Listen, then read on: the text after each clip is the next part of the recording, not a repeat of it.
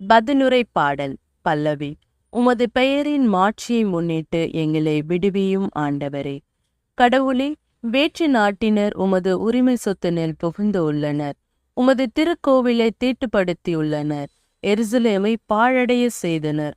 ஊழியரின் சடலங்களை வானத்து பறவைகளுக்கு உணவாகவும் பற்றுமிகு அடியாரின் உடல்களை காட்டு விலங்குகளுக்கு உணவாகவும் அவர்கள் அளித்து உள்ளார்கள்.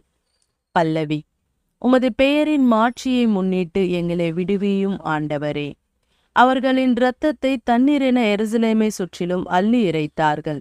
அவர்களை அடக்கம் செய்ய எவரும் இல்லை. எங்களை அடுத்து வாழுவோரின் பழிச்சொல்லுக்கு இலக்கானோம். எங்களை சூழ்ந்துள்ளோரின் நகைப்புக்கும் ஏளனத்திற்கும் ஆளாகிவிட்டோம். ஆண்டவரே, இன்னும் எவ்வளவு காலம் நீர் சினம் கொண்டே இருப்பீர்?